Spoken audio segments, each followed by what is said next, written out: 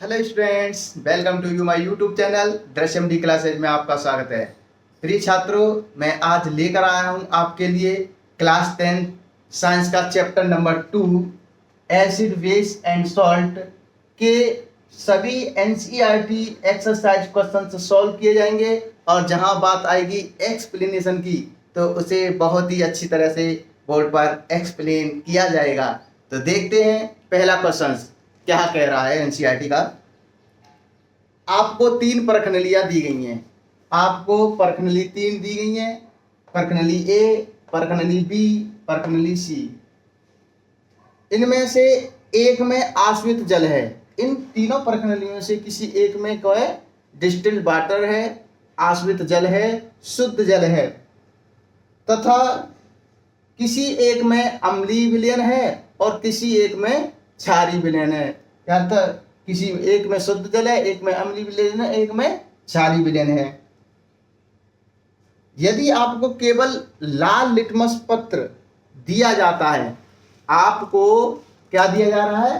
लाल litmus paper दिया जा रहा है, रेड लिटमस पेपर दिया जा रहा है। ये आपको रेड लिटमस पेपर दिया जा रहा है और बोला जा रहा है कि प्रत्येक प्रणाली में रखे गए पदार्थ की पहचान कीजिए। ये आपको 3 प्रणालियां दी गई हैं जिनमें अलग अलग विलयन हैं और आपको टेस्टिंग के लिए एक आपको लिटमस पेपर दे दिया गया है। इस लिटमस पेपर की सहायता से आपको ये पहचानना है कि किस प्रणाली में कौन सा विलयन उपस्थित है। तो आइए देखते हैं बेटे।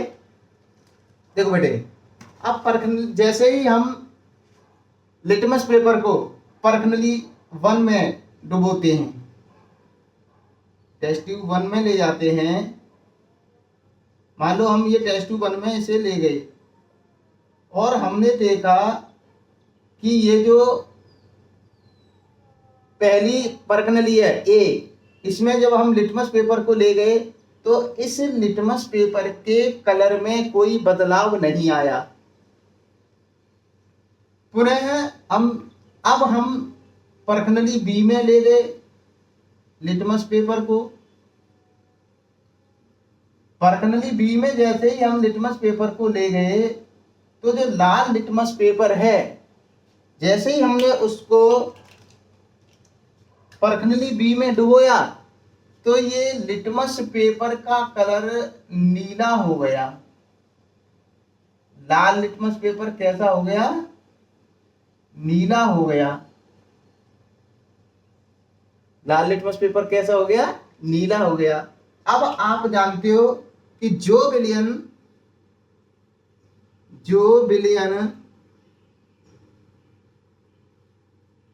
लाल लिटमस पेपर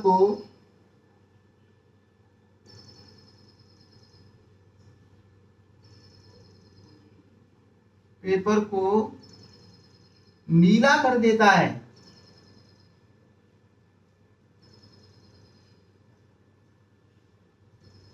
वो कौन सा विलयन होता है? तो इसका आंसर क्या होगा बेटे? क्षारीय विलयन।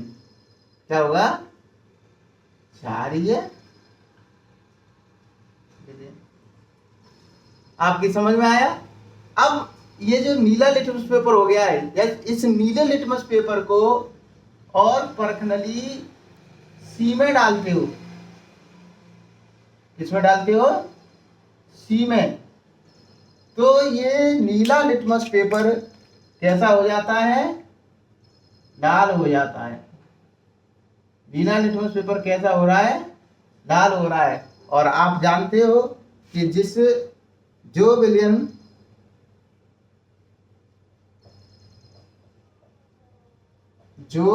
विलयन नीले लिटमस पत्र को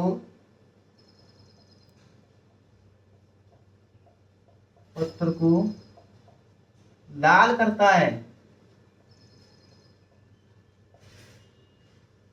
वो कौन सा विलयन होता है? तो इसका आंसर क्या होगा? अम्लीय।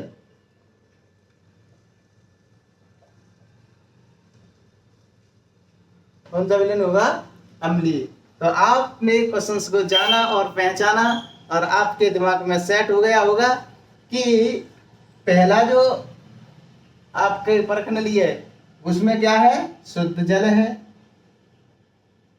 डिस्टिल वाटर है, जिसकी वजह से लाल लिटमस पेपर पर कोई प्रभाव नहीं पड़ा है।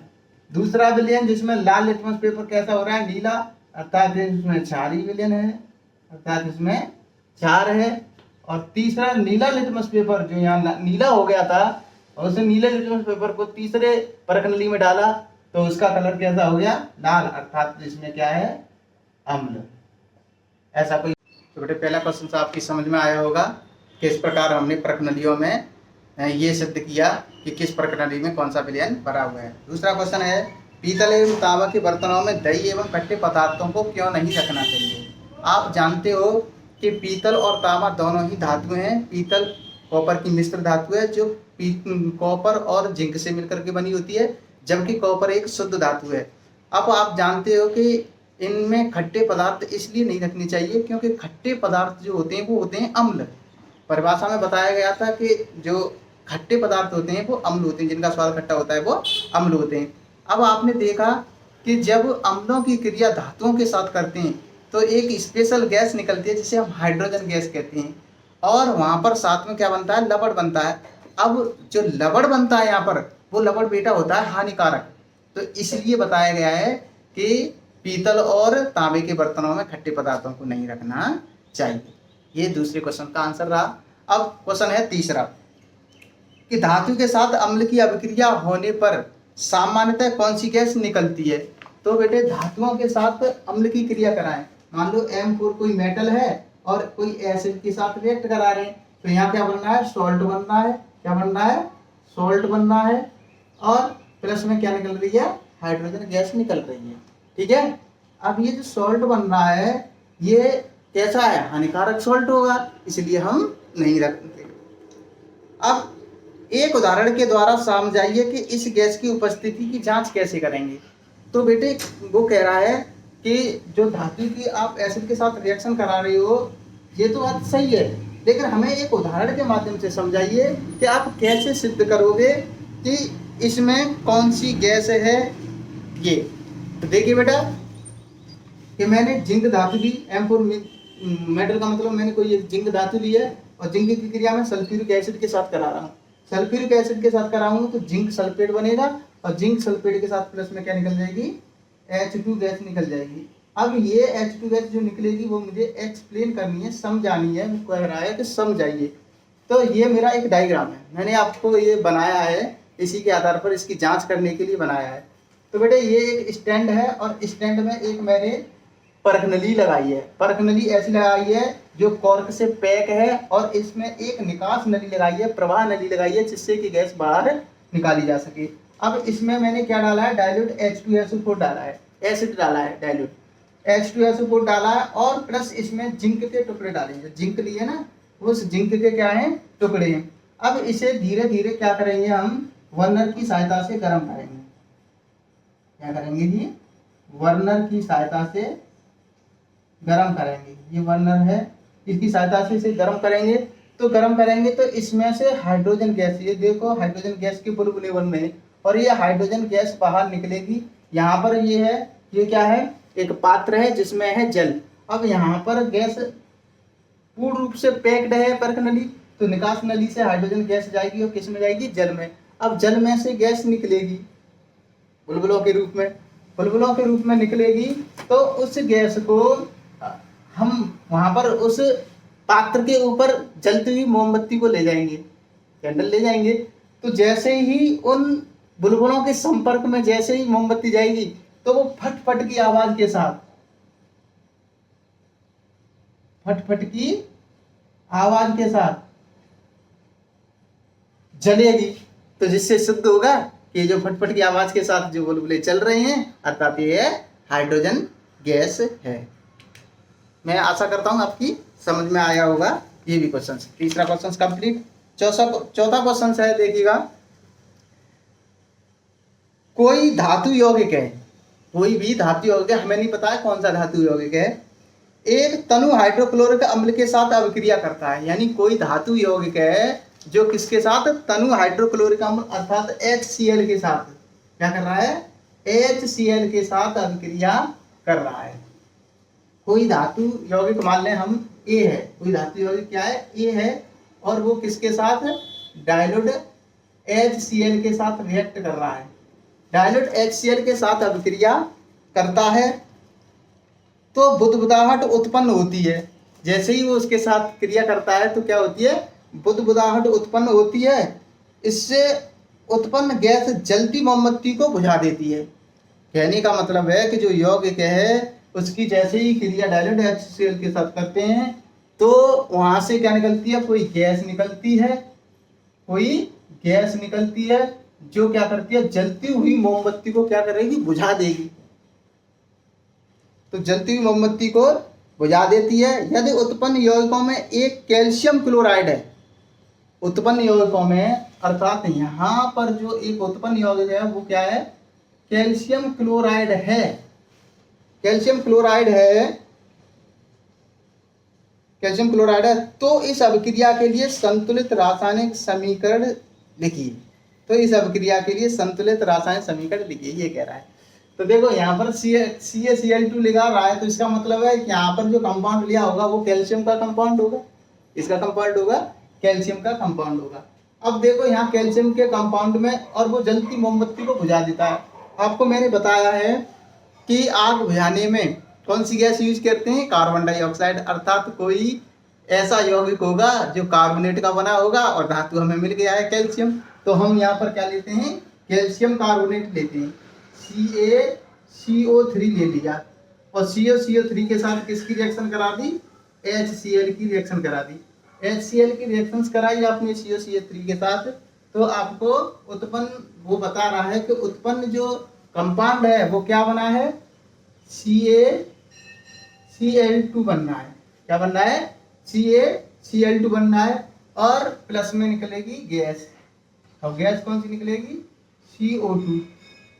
बैलेंस करने की कमी रहेगी, आप बैलेंस करेंगे तो मान लीजिए हमारे पास यहाँ Cl2, तो यहाँ पर 2 Cl ले लें, ठीक है। अब यहाँ 2 हाइड्रोजन हो गए, हाइड्रोजन यहाँ एक भी नहीं है, ठीक है। यहाँ एक ऑक्सीजन ज़्यादा है अर्थात H2 निकाल दें, कोई दिक्कत, ये होगा।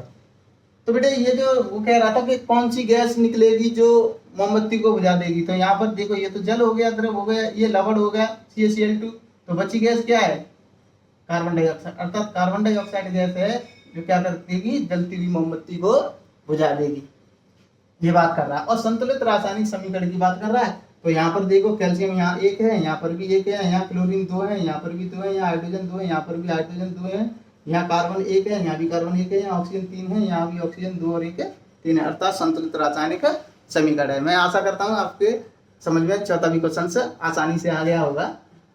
नेक्स्ट क्वेश्चन देखिए, HCl तथा HNO3 आध जलीय विलयन में अम्लीय अभिलक्षण क्यों प्रदर्शित करते हैं। HCl और HNO3 दोनों ही उन एसिडों की बात कर रहा है जो कि स्ट्रॉन्ग एसिड की श्रेणी में आते हैं।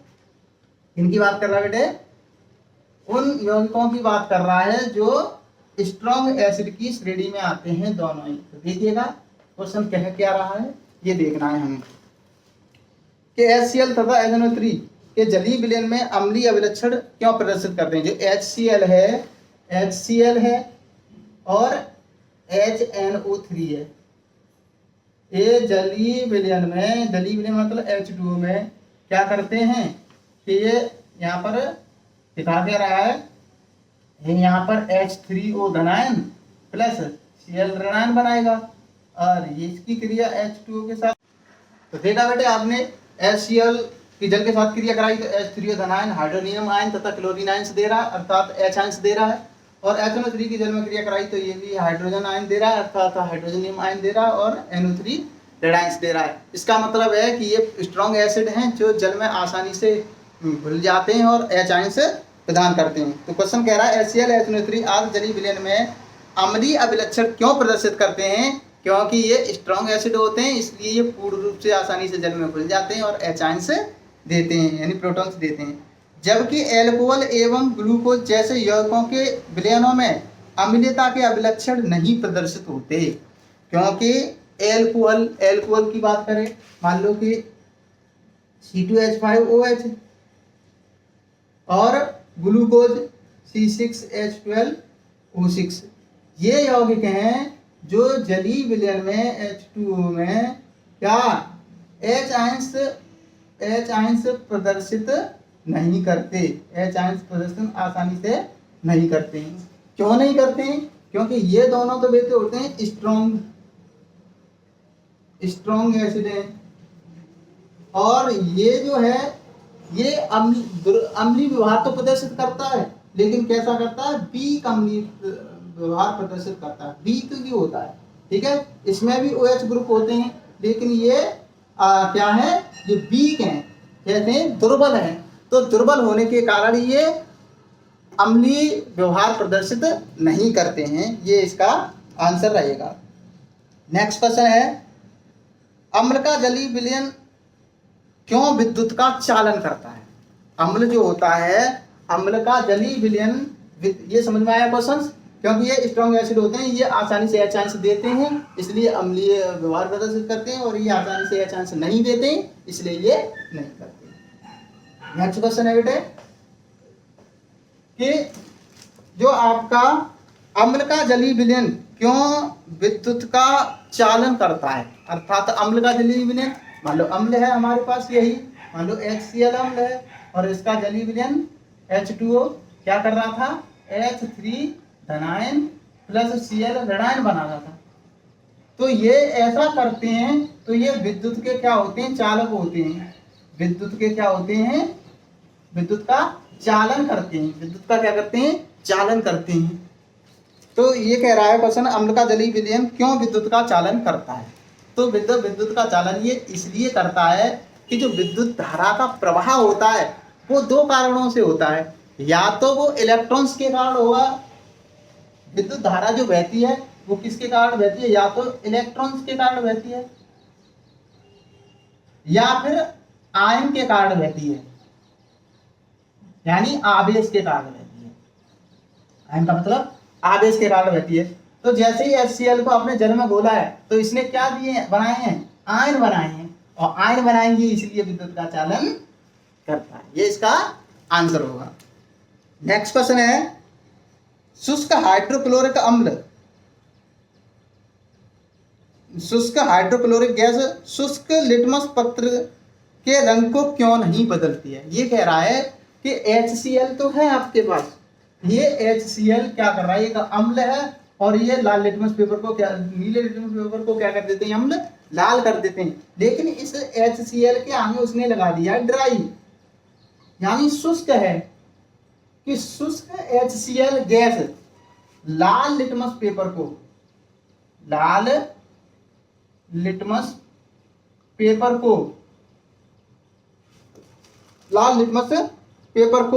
रंग में नहीं बदलती। क्यों? यानी रंग में नहीं बदलती है, क्यों? तो इसलिए नहीं बदलती है क्योंकि ये ड्राई जो शुष्क HCl गैस होती है, ये बेटे H आयंस प्रदर्शित नहीं करती, और H आयंस प्रदर्शित नहीं करेगी तो ये अम्लीय नहीं होगी, और अम्लीय नहीं होगी तो रंग में परिवर्तन नहीं करेगी। इसका आंसर ये हो, बस सरल आंसर है।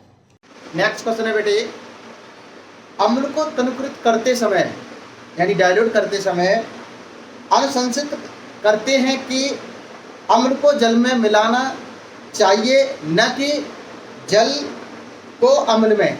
कहने का मतलब है, ये बात कह रहा है कि जब भी हम अम्ल को डाइल्यूट करते हैं, तनु करते हैं, यानी पतला करते हैं, अर्थात तो उसके सांद्रता में क्या करते हैं? कमी करते हैं। तो एसिड में, अम्ल में जल को मिलाना नहीं चाहिए, जबकि जल में एसिड को मिलाना चाहिए। अर्थात ये करना चाहिए और ये नहीं करना चाहिए। क्यों? तो देखिए बेटे, होता क्या है कि जब आप एसिड में, यानी कंसंट्रेट एसिड्स होते हैं, सांद्र जो एसिड होते हैं, स्ट्रॉन्ग एसिड बोलते हैं जिन्हें, उनमें हम जल को मिलाएंगे तो इनमें बड़ी तेजी के साथ ऊष्माक्षेपी अभिक्रिया होती है। क्या होती है? ऊष्माक्षेपी अभिक्रिया होती है। ऊष्माक्षेपी अभिक्रिया के कारण जैसे ही आप जल में, अम्ल में जल को मिलाओगे तो ये छलकेगा, और छलकेगा तो आपके जलाने का खतरा हो सकता है। इसलिए हम एसिड में अम्ल को नहीं मिलाते हैं। अब बात करते हैं इसकी कि जल में एसिड को क्यों मिलाना चाहिए। तो इसलिए मिलाना चाहिए क्योंकि जैसे ही आप एसिड को जल में डालोगे और जल में हम एक रॉड ले लेंगे, उस रॉड को हिलाते रहें, तो जैसे ही एसिड को जल में डालेंगे तो यहाँ से जो उत्पन्न सर्जित जो ऊष्मा होगी वो जल में क्या हो जाएगी, तब्दील हो जाएगी, अर्थात वो छिलकेगा नहीं और हम आसानी के साथ अपने सॉल्यूशन को कैसा कर सकते हैं, डाइल्यूट कर सकते हैं। तो ये इस क्वेश्चन का आंसर रहा। नेक्स्ट क्वेश्चन देखिएगा। नेक्स्ट क्वेश्चन है बेटा, अम्ल के विलयन को तनुकृत करते समय हाइड्रोनियम आयन की सांद्रता कैसे प्रभावित होती है। यानी ये कह रहा है कि जब भी हम किसी अम्ल को तनुकृत करते हैं, तनुकृत का मतलब पतला करते हैं, डाइल्यूट करते हैं, तो उस विलयन की, यानी जो उस विलयन में जो हाइड्रोजन आयंस बनते हैं, प्रोटॉन्स बनते हैं, वो उनकी संभावना क्या प्रभावित होगी। तो देखो बेटे, जब भी आप किसी अम्ल को, मान लो हमने ले लिया HCl अम्ल ले लिया और HCl अम्ल को हमने जल में घोला, ठीक है, और जैसे ही आपने इसे जल में घोला तो ये क्या बनाएगा, यहाँ हाइड्रोनियम आयन बनाता है H3O, अर्थात एक हाइड्रोजन दे रहा है, यानी प्रोटॉन्स दे रहा है, H आयंस देते हैं, वो अम्ल होते हैं, प्लस Cl, ये बनाया उसने आयन, ठीक है। अब ये जो आयंस बनाया, अब ये क्वेश्चन क्या कह रहा है, क्वेश्चन कह रहा है कि अम्ल के विलयन को तनुकृत करते समय हाइड्रोनियम आयन की सांद्रता कैसे प्रभावित की जाती है। तो प्रभावित करने की बात जब आए तो हम ये जानते हैं कि यहाँ जो आयंस बन रहा है, अब इसके लिए ये बात तब की है जब एकांक विलयन लिया जाए। एकांक विलयन का मतलब है विलयन दिया गया है वो मान लो 1 ml है HCl, कितना है, 1 ml HCl का सॉल्यूशन है, और आप 1 ml HCl के सॉल्यूशन में क्या डाल रहे हो, जल डाल रहे हो। तनुकृत करने के लिए क्या डाल रहे हो, जल डाल रहे हो। तो बेटे इसे तनुकृत करने के लिए जब अम्ल में जल मिलाते हैं तब ये रिएक्शंस हो रही है और यहाँ H आयंस आ रहे हैं, जल के मिलाने से H आयंस आते हैं। तो यहाँ पर इसकी मात्रा कितनी है, 1 ml, अर्थात निश्चित है आप इसमें जल की मात्रा को बढ़ाएंगे तो इसकी सांद्रता में क्या आ जाएगी, कमी आ जाएगी। इसे डाइल्यूट करेंगे तो इसकी सांद्रता में क्या आ जाएगी, कमी आ जाएगी, अर्थात सांद्रता घट जाएगी। ये प्रभाव पड़ेगा, सांद्रता क्या हो जाएगी, कम हो जाएगी। ये इसका आंसर हो जाएगा। जैसे जैसे इसमें जल की मात्रा बढ़ाएंगे, तनुकृत करेंगे तो इसकी सांद्रता में क्या आ जाएगी, कमी आ जाएगी। ये इसका आंसर है। नेक्स्ट क्वेश्चन है, जब सोडियम हाइड्रोक्साइड विलयन, ये तो HCl अम्ल था, अब सोडियम हाइड्रोक्साइड की बात कर रहा है, तो सोडियम हाइड्रोक्साइड क्या होता है, एक बेस होता है, क्षार होता है। जब सोडियम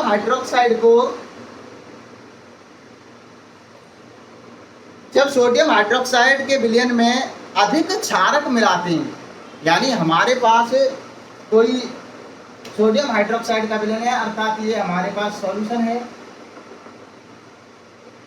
और इसमें क्या है, NaOH है। सोडियम हाइड्रोक्साइड मतलब NaOH,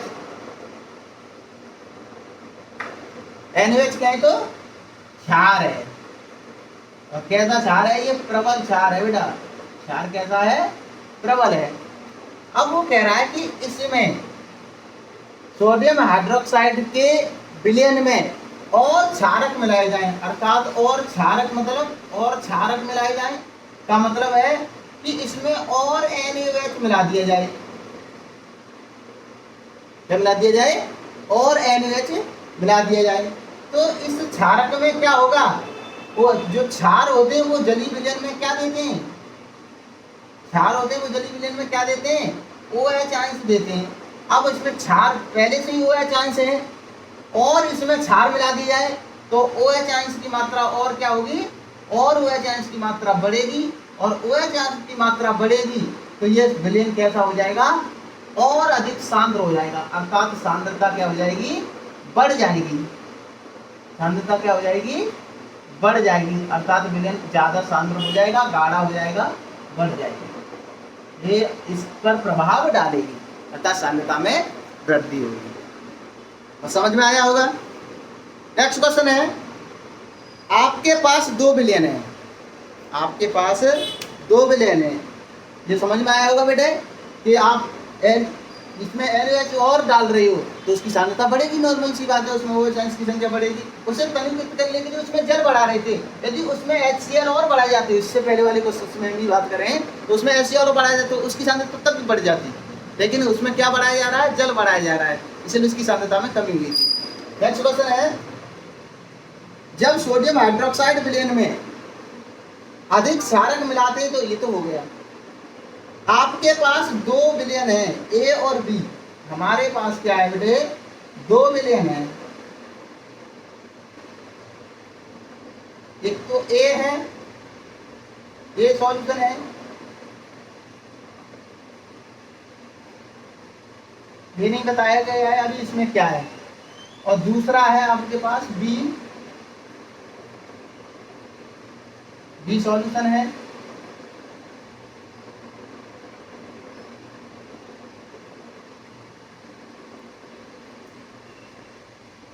विलयन है, विलयन A के pH का मान 6 है, अर्थात ये जो विलयन दिया गया है इसका pH मान कितना है, 6 है, और विलयन जो B दिया गया है उसका pH मान कितना है, 8 है। ये कह रहा है कि B के pH मान का मान 8 है। किस विलयन में हाइड्रोजन आयन की सांद्रता अधिक, इनमें से कौन अम्लीय तथा कौन क्षारीय होगा। ये क्वेश्चन कह रहा है कि आपके पास 2 विलयन है, एक तो विलयन A है और एक विलयन B है। जो आपका विलयन A है उसका pH मान कितना दिया है, pH मान 6 दिया है, और जो विलयन B है उसका pH मान कितना दिया गया है, 8 दिया गया है। तो वैसे ये जो बाद में क्वेश्चन उसने बनाया है कि कौन सा विलयन अम्लीय है, कौन सा विलयन क्षारीय है, तो ये आप भली बात ही जानते होंगे कि जिन विलयनों का pH मान 7 से कम होता है वो अम्लीय होते हैं, और 7 से अधिक होता है वो क्षारीय होते हैं। तो यहाँ ये वाला आंसर तो आपको मिल रहा है कि ये 7 से कम है तो ये अम्लीय विलयन है,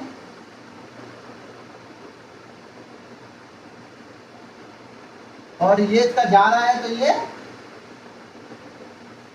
क्षारीय विलयन है।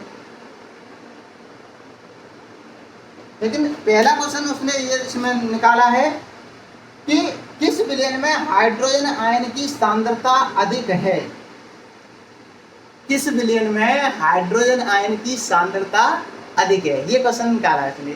तो आप बताइए कैसे कीजिएगा, किसमें होगी।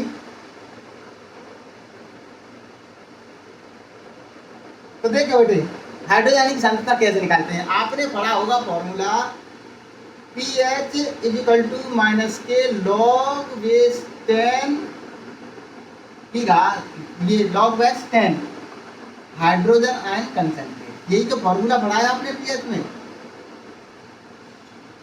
और यही पूछ रहा है कि किस विलयन की हाइड्रोजन आयन सांद्रता अधिक होगी।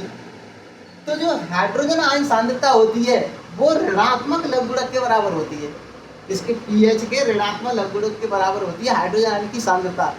तो जिसकी सांद्रता कम होगी वो अधिक हाइड्रोजन आयन रखेगा, अर्थात उसका मान किसका, हाइड्रोजन आयन का मान किस में ज्यादा होगा, विलयन A में, क्योंकि ये ऋणात्मक लघुगुणक के बराबर है। ठीक है बेटे, ये बात आपके ध्यान में रखना चाहिए। आंसर लिखना चाहते हो तो लिख लो, ये इसका आंसर हो जाएगा कि विलयन, ये तो हो जाएगा अम्लीय विलयन, ये क्षारीय विलयन। दूसरा आंसर तो ये निकलेगा। पहला आंसर क्या होगा, वे विलयन जिनमें हम जानते हैं कि pH बराबर होता है ऋणात्मक लघुगुणक के, हाइड्रोजन सांद्रता किसके बराबर होती है, ऋणात्मक लघुगुणक के बराबर होती है उसके pH के। तो इसके pH के बराबर है, इसलिए जिसका pH मान कम होगा उसमें हाइड्रोजन सांद्रता ज़्यादा होगी। नेक्स्ट क्वेश्चन है, क्या क्षारीय विलयन में H आयन होते हैं? अगर हाँ तो यह क्षारीय क्यों होते हैं? ये क्वेश्चन बनाया है कि जो हमारा विलयन होता है, जो हम विलयन लेते हैं, क्षारीय विलयन लेते हैं। आप जानते हो क्षार किसे कहते हैं? वे पदार्थ जो जलीय विलयन में OH आयन देते हैं उन्हें क्षार। नेक्स्ट क्वेश्चन है बेटे, क्वेश्चन है अगला, कह रहा है कि क्या क्षारीय विलयन में H आयन होते हैं? अगर होते हैं तो ये विलयन क्षारीय क्यों होता है? तो पहली बात तो ये है कि विलयन कोई सा भी हो, चाहे अम्लीय विलयन हो चाहे क्षारीय विलयन हो, बेटे दोनों में H आयन्स होते हैं। हाइड्रोजन आयन सांद्रता दोनों की होती है। फर्क इतना है कि जो हाइड्रोजन आयन सांद्रता जो आती है ये बेटे जल से आती है। किससे आती है? जल से आती है। लेकिन जो विलयन क्षारीय होते हैं उनमें OH आयन की सांद्रता अधिक होती है। क्या होती है? अधिक होती है, इसलिए ये विलयन क्षारीय होते हैं। समझ में आया वो क्वेश्चन? क्वेश्चन क्या था? क्वेश्चन था कि क्या क्षारीय विलयन में H आयन्स होते हैं? अगर होते हैं तो विलयन क्षारीय क्यों होते हैं? तो क्वेश्चन हमने सॉल्व किया कि ये हमारा क्षार था, ये अम्ल था, इससे जो हमारा क्षारीय विलयन बना। इस क्षारीय विलयन में जो H आयन्स होते हैं वो जल के कारण होते हैं, लेकिन जो OH आयन्स होते हैं वो क्षार के कारण होते हैं। और जो OH आयन्स होते हैं क्षारीय विलयन में H आयन से अधिक मात्रा होती है किनकी? OH की। अधिक मात्रा किसकी होती है? OH की। इसलिए विलयन क्या होते हैं? क्षारीय होते हैं। आशा करता हूं ये बात समझ में आई होगी। अगला क्वेश्चन देखिएगा। अगला क्वेश्चन कह रहा है, कोई किसान की खेत की मृदा, यानी कोई भी व्यक्ति है, किसान है, उसका जो जमीन है, उसकी खेत है, उसकी मृदा किस परिस्थिति में बिना भुजा हुआ चूना यानी कैल्शियम ऑक्साइड CaO, भुजा हुआ चूना यानी कैल्शियम हाइड्रोक्साइड या चौक कैल्शियम कार्बोनेट का उपयोग करेगा? कोई भी किसान है वो अपनी मृदा के लिए कब CoA का उपयोग करेगा, कब CaOH के होल ट्वाइस का उपयोग करेगा, और कब आपके कैल्शियम कार्बोनेट CaCO3 का उपयोग करेगा। यानी कब वो आपके बिना भुजे हुए चूने का करेगा, कब भुजे हुए चूने का करेगा, और कब चौक यानी खड़िए का करेगा। तो देखिए बेटे, यदि कोई किसान है और उस किसान का ये फील्ड है, ये खेत है, क्या है बेटे? ये खेत है, उसका जुता हुआ खेत है, दिखा रहा हूं, ये खेत है, ठीक है। अब इसकी जो मृदा है, मृदा का मतलब जो मिट्टी है, ये जो मिट्टी है इसके pH मान में क्या आ गई है? कमी। pH मान में क्या आई बेटे? कमी आई। अर्थात कमी आने पर इसकी मृदा कैसी होगी? अम्लीय होगी, अम्लीय मृदा होगी। ये मृदा कैसी होगी? अम्लीय। अब जब मृदा अम्लीय हो गई तो उसमें क्या मिलाया जाए कि वो उदासीन हो जाए? अम्ल में क्या मिलाया जाए कि वो उदासीन हो जाए? तो अम्ल में हम मिला देंगे CaOH का होल ट्वाइस, अर्थात ये आपका कैल्शियम हाइड्रोक्साइड क्या है? क्षार है। तो क्षार को जैसे ही खेत में मिलाएंगे, खेत में, और जुताई करवा देंगे, तो ये मृदा है वो कैसी हो जाएगी? उदासीन हो जाएगी। कैसी हो जाएगी? उदासीन हो जाएगी। अर्थात किसान क्या हो जाएगा? संतुष्ट हो जाएगा। बात समझ में आई होगी आपके। नेक्स्ट क्वेश्चन है, CaOCl2 यौगिक का प्रचलित नाम क्या है? आपको मैंने अभी पढ़ाया था कि जो कुछ दिन पहले पढ़ाया था कि जो CaOCl2 होता है वो क्या है? कमेंट में जल्दी से नाम बताएं। CaOCl2 क्या है?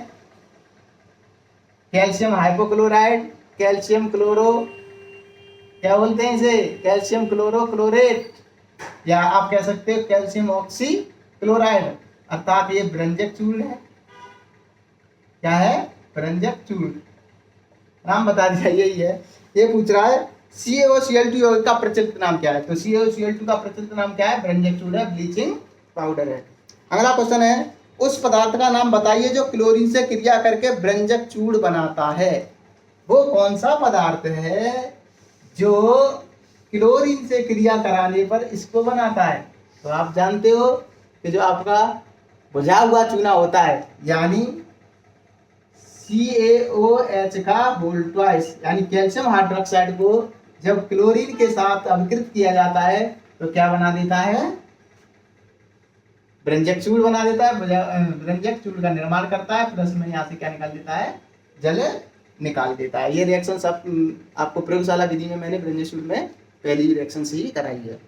नेक्स्ट क्वेश्चन है, कठोर जल को मृद करने के लिए किस सोडियम यौगिक का उपयोग किया जाता है।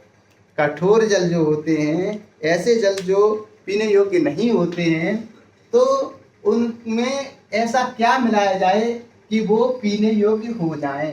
तो मैंने आपको पहला ही टॉपिक पढ़ाया था, लवणों के प्रकार के बाद जो मैंने पहला टॉपिक पढ़ाया मेन टॉपिक्स में, वो पढ़ाया था मैंने आपको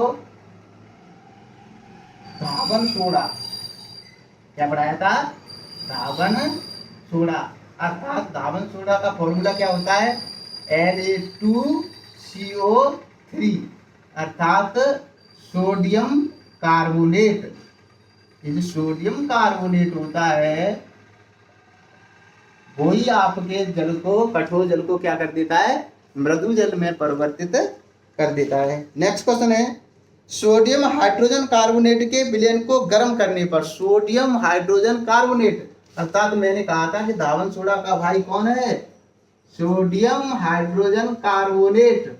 बताओ किसका फॉर्मूला है, धावन सोडा का भाई कौन था, खाने का सोडा, खाने का सोडा था। इसको गर्म करने पर क्या होगा, इस अभिक्रिया के लिए समीकरण प्रस्तुत कीजिए। तो आपने देखा था कि सोडियम बाइकार्बोनेट था हमारा, तो सोडियम बाइकार्बोनेट की केमिकल रिएक्शंस थी heat of reactions, effect of heat. तो आप इसे गर्म करोगे यानी NaHCO3 को आप हीट करोगे। तो मैंने आपको बताया था कि जब भी हम किसी पदार्थ को गर्म करते हैं तो सबसे पहले क्या निकलता है, जल निकलता है। बताया था कि नहीं बताया था, हाँ जी, निकलता है जल। अब जल निकलेगा तो जल में हाइड्रोजन कितने हैं, 2, और यहाँ कितना है, 1। तो यहाँ से बैलेंस करने के लिए 2 लगाते हैं, ठीक है। अब यहाँ से निकल गया H2O, अब प्लस क्या निकलेगा, जल और CO2 कार्बन डाइऑक्साइड निकलेगा, क्योंकि इसमें कार्बोनेट आयंस है। और जो शेष रह जाएगा वो आपका रह जाएगा Na2CO3 अर्थात धावन सोडा बनता है। लेकिन वो किसकी बात कर रहा था कि गर्म करने पर क्या होगा, तो आपका धावन सोडा बनेगा और जल और कार्बन डाइऑक्साइड गैस निकलेगी। नेक्स्ट क्वेश्चन है, प्लास्टर ऑफ पेरिस की जल के साथ अभिक्रिया के लिए समीकरण लिखिए।